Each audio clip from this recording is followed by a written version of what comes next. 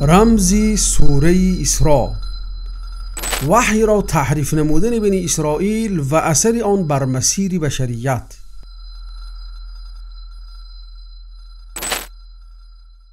قرآن به ما خبر می‌دهد که عملیات تحریف در هر دور و زمان وجود داشته ادامه می‌یابد. عجیبش آن است که خداوند وقتی درباره تحریف بنی اسرائیل گپ می‌زند همیشه با صیغه فعل مضارع سخن می‌کند، یعنی تحریف می‌کنند می‌گوید، نه تحریف کردند. باز در سوره مائده تحریف می‌کنند نه تحریف کردند، یعنی تحریف عملیه دائمی و همیشگی بوده است. بیشک آن کسانی که کتابی را که خداوند نازل کرده است پنهان می‌دارند و آن را با بهای اندک عوض می‌نمایند، ایشان در شکم‌های خویش جز آتش چیز دیگر نمی‌خورند، یعنی کسانی که پنهان می‌دارند. این تحریف همیشگی است که آن را یک گروه از هر نسل به میراث میبرند. گویا اینها یک نسلند که عیناً همان صفات، همان شکل ذهنی و روانی و همان غایه و رفتار را دارند. گذشته از این، آن تحریفی که در کتاب‌های مسیحیان هست نیز کار دست یهودیان میباشد، چون که قرآن کریم در آیات‌هایی که بعد آیات‌های تحریف در سوره مائده آمده است درباره نصرانیان سخن میکند، ولی چگونه که با یهودیان تحریف را بیان نموده بود با آنها این عمل را نسبت نمیدهند. سخنان خدا را از موردش تحریف میکنند و بخشی از آنچه را که به آن پند داده شده بودند فراموش کردند. کسانی که گفتند ما نصرانی هستیم پیمان گرفتیم، پس بخشی از آنچه را که به آنان پند داده شده بود فراموش کردند. جمع این آیات ها دلالت بر آن میکند که تحریف کاری دست یهودیان میباشد. برای چی یهود وحی درست را پنهان میدارد و تورات را تحریف میکنند؟ چون که آنها به صلاح بشریت بخیلی کردند و تلاش نمودند که خدا و وحی او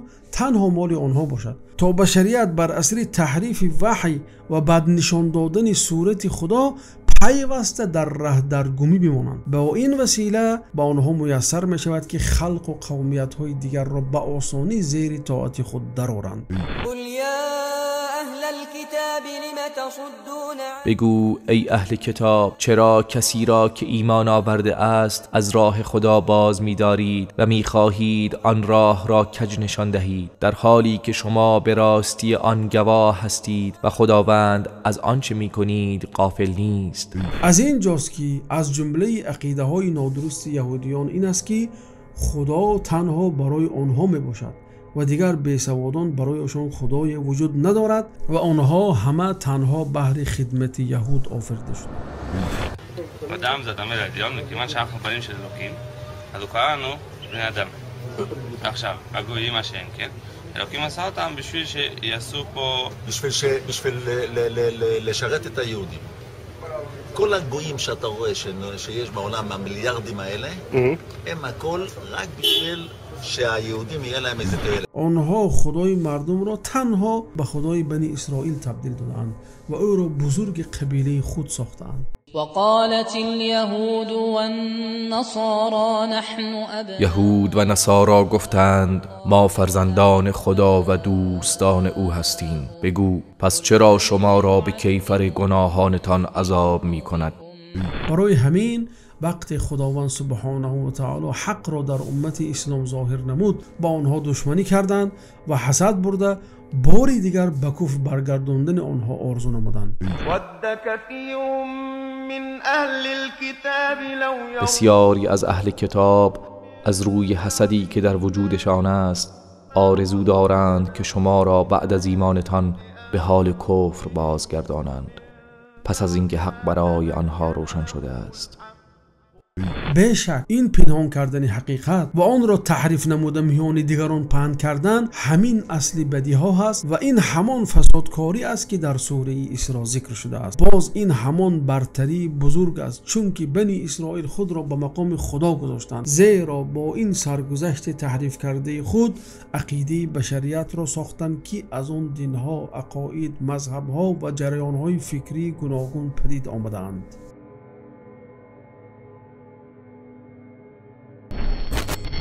شاخه های خریطه وجود بنی اسرائیل.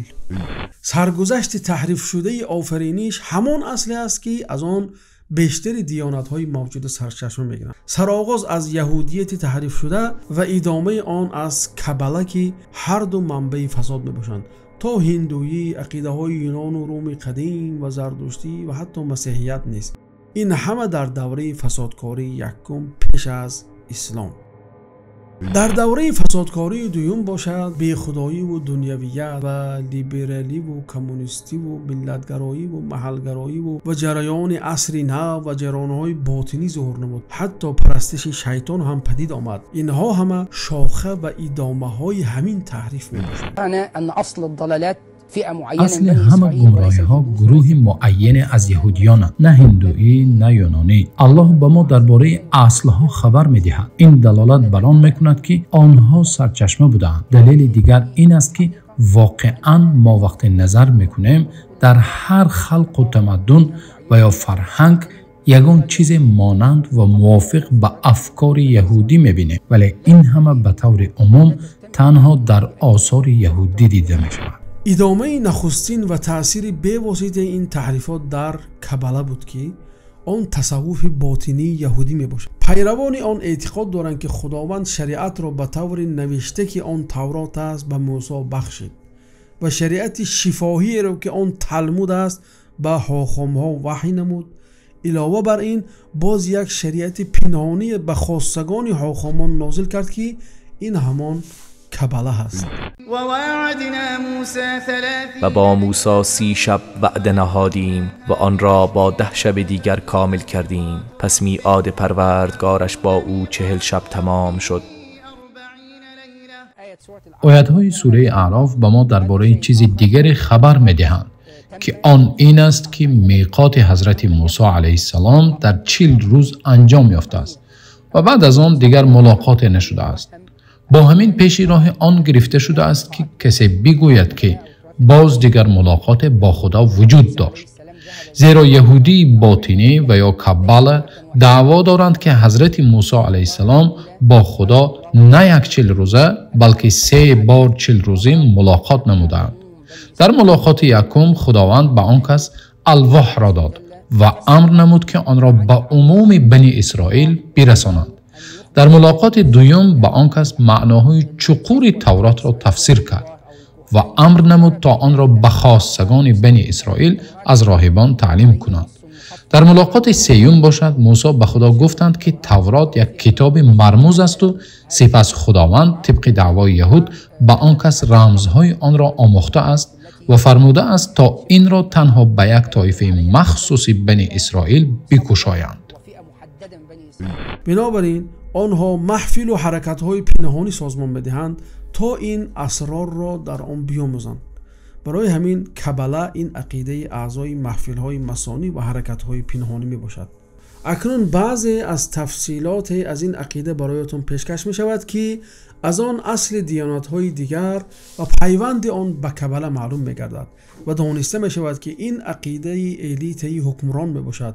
طریق این تفصیلات از هدفهای آنها آگاه میشویم. آنها اعتقاد دارند که انسان و دیگر موجودات پیش از آن که آفریده شوند در درون ذات الهی بود و آنها با واسطه درخت حیات که آن ذات آفریده الهی است آفریده شدند و آفرینش با یاری کفیدن و یا برآمدن پدید آمده است، نه به اراده و قدرت خدا. به اعتقاد آنها این درخت حیات از 10 بلور نورانی عبارت میباشد که در 3 ستون برابر به ترتیب گذاشته شده‌اند. هر بلور به یکی از صفات الهی اشاره میکند. آدم اول در درون درخت حیات تصویر کرده می شود و هر عضو از او در مقابل یکی از صفات خدا قرار میگیرد. در عین زمان جزء از کائنات را تشکیل میدهد، یعنی خدا، انسان و موجودات یک چیز بوده که آن عین عقیده وحدت الوجود می باشد. خدا از نگاه آنها خنثی می باشد که در او صفات نارینه و مادینه به هم آمدند. بنابراین درخت حیات که از آن ذات آفرنده الهی به شمار می رود از مردانگی در طرف راست و زنانگی در طرف چپ آن عبارت می باشد. به هم آمدن مرد و زن هنگام علاقه جنسی آنها را به همان صورت اصلی می گذارد که پیش از جدا شدنشون از خدا بر آن قرار داشتند و این عمل به آنها به بالا شدن و پیوست شدن به خدا مساعدت می‌نماید. این است عقیده اتحاد. بنابراین از نگاه جنسی به هم آمدن مرد با زن که نزد آنها هیروس گاموس یعنی اتحاد مقدس نامیده می شود، یک نوع از رسم دینی آشکار می باشد که در تعلیمات کبله مقام محترم و معظمی دارد. جریان های سری، جمعیت های عبادت شیطان، جمعیت های ساحران و جادوگران و امثال اینها همه بر اساس تعلیمات کبله سازمان یافتند. از این لحاظ پهن کردن و نشر فرهنگ جنسی یکی از وسیله‌هایی هستند که برای با خدا بودن و پیوست شدن با او استفاده می شود. این همان چیزی است که آن روزها برای نشر آن در مکتب‌های عالم طبق توصیه سازمان ملل متحد از سن 4 سالگی تلاش می‌کنند. Like I said, it's going to be compulsory for 4-year-olds. Parents actually have very little rights because the state has decided to make it compulsory. It's not, like I said, just an isolated case. It's actually a strategic movement that is being rolled out globally. It's being pushed by the United Nations, something called Agenda 2030, that is pushing what we're calling compulsory sex education into all schools worldwide. خدا در تعلیمات کبله از 4 حرف عبرانی که آن را 4گانه مقدس می‌نامند ترکیب یافته است. یهوه و آن از روی ترتیب معین درون 3 کنجه نوشته می شود. از بس که تلفظ نام بزرگ خدا ممنوع است، با این 4گانه مقدس را عین صوف یعنی دراز و لا یتناهی می‌نامند. کبله سرچشمه پیدایش دین‌های بسیار از قبیل هندویی، یونانی به شمار می‌رود. علاوه بر این دین جریان‌های پنهانی از قبیل ماسونی است و این چنین دینی الیتی حکمران در جهان امروز میباشد. So these awards are given to me by the Jewish community for different things, and this is the Tree of Life, which is a very big award in terms of everything that I stand for. It means so much to me.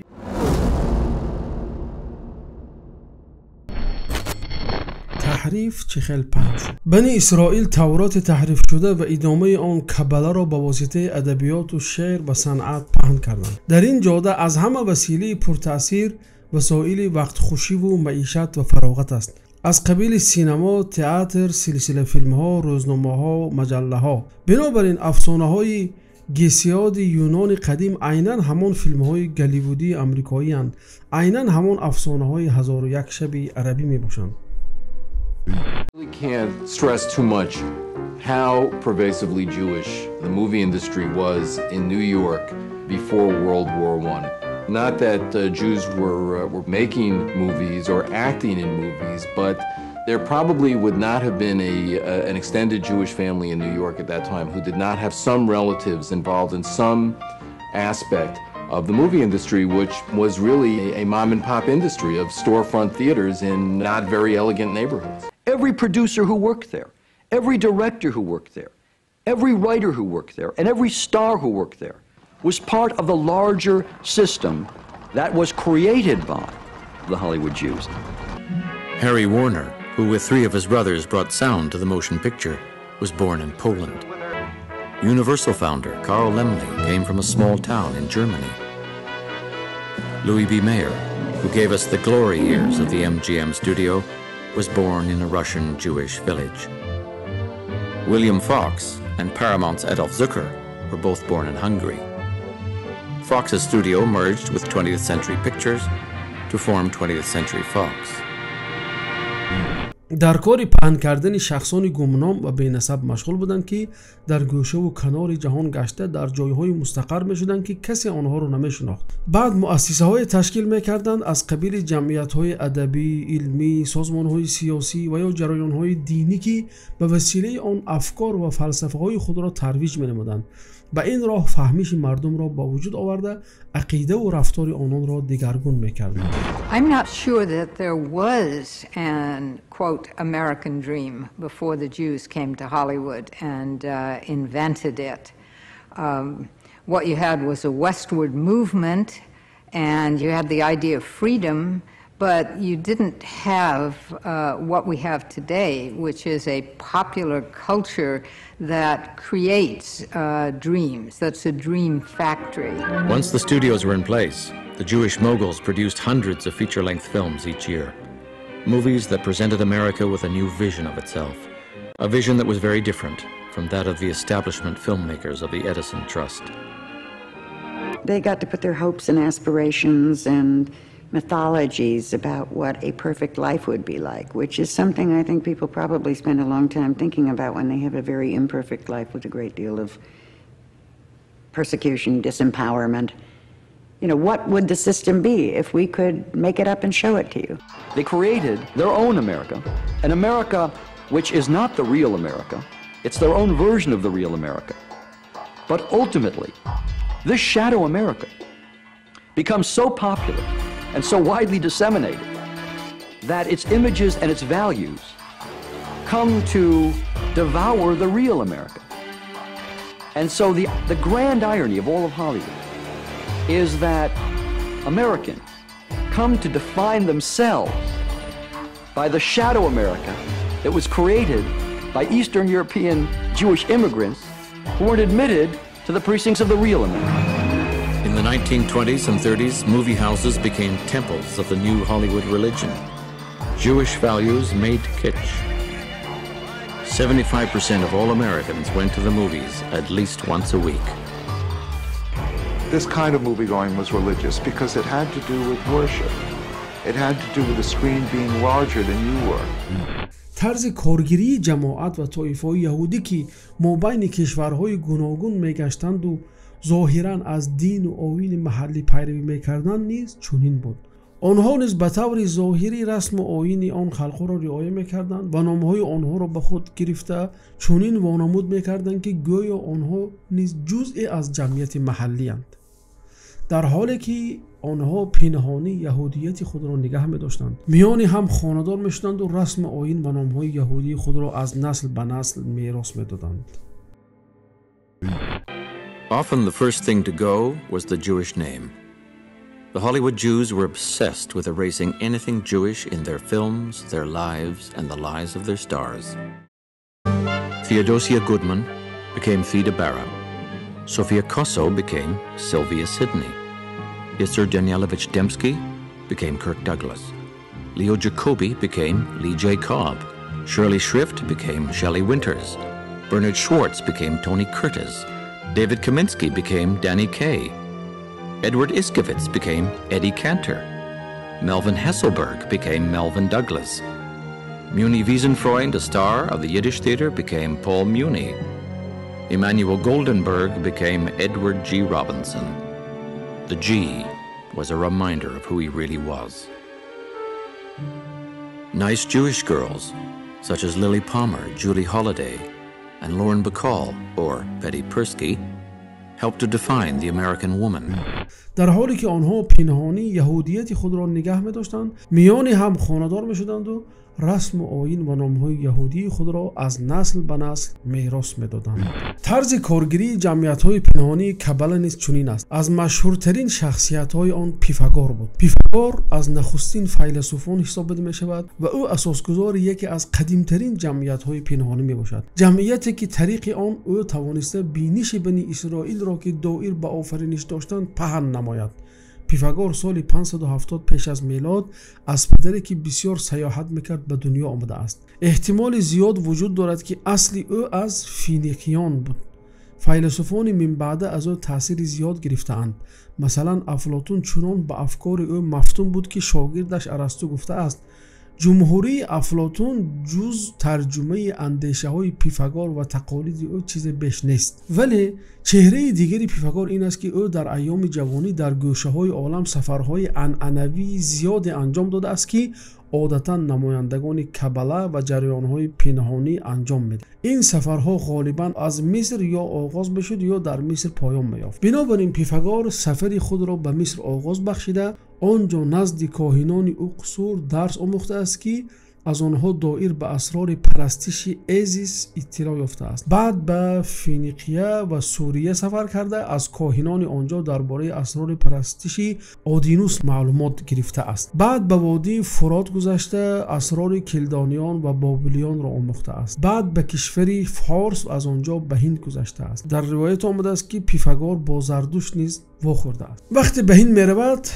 در آنجا اسرار برهمنی را از خود کرده است. بعد از آنکه 30 سال از اسرار دیانت‌های مختلف آگاهی یافته است، به جنوب ایتالیا برگشته آنجا مکتب برای تعلیم هندسه و حساب تأسیس داده است تا پرده برای جمعیت پنهانی نمونوی او که در آن زمان قدیم نخستین بود گردد. فزونتر از این، برخی از مورخان این جمعیت پیفاگور را اصلی جمعیت ماسونی معاصر می‌شمارند. پیفاگور طلبگان مکتب خود را به 3 زینه تقسیم بندی میکرد. یکم زینه آشکار که مدت آن 5 سال بوده، آن تنها برای شنیدن اختصاص یافته شد. کسی از طلبگان در این زینه حق نداشت که سوال بدهد و یا به بحث درآید. در این زینه علم حساب و هندسه آموخته میشد و چهره نمایان این جریان پنهانی همین چیز بود. با استفاده از این مرحله طلبگان بالایاقت برچیده میشدند تا به زینه بعدی یعنی دوم بالا شوند. این زینه مخصوص حسابیان بوده، با آنها اجازت داده میشد که سوال بدهند و به بحث وارد شوند. اینها در یک مکان پوشیده دوست داشتن حکمت را می‌آموختند. طلبگان در این دو زینه آموزش گیرنده پیفاگور را نمیدیدند و حتی نامش را هم نمیدانستند، ولی او را استاد و یا پیشوا می‌نامیدند. به تعلیم شاگردان در این دو زینه طلبگان بالایاقت پیفاگور مشغول می‌شدند.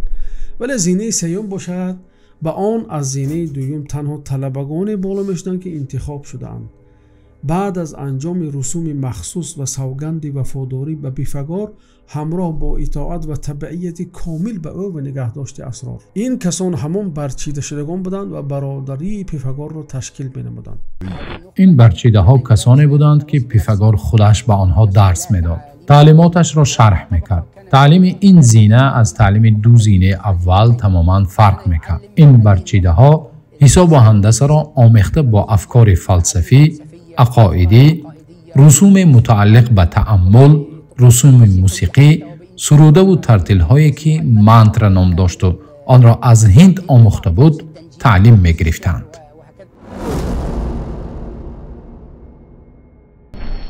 همین طور این نخستین جمعیت پنهانی می شود و نسبت به دیگر جمعیت ها به ماسونی از همه مانند می گردد. قریب نسخه تماما شبیه برادران نور می شود که آن را آدم ویسگاوپ در باواریا تأسیس نموده بود و آن آتش انقلاب فرانسوی را افروخته بود. خدا از نگاه پیفاگور ماند نام داشته دارای جسم نورانی می باشد. خدا خیرد والای می باشد که از آن همه چیزی در هستی بوده پدید آمده است و آن در هر چیزی وجود داشته حلول نموده است. وی همان نیروی می باشد که به وسیله وجود آن هر چیز به حرکت می دارد.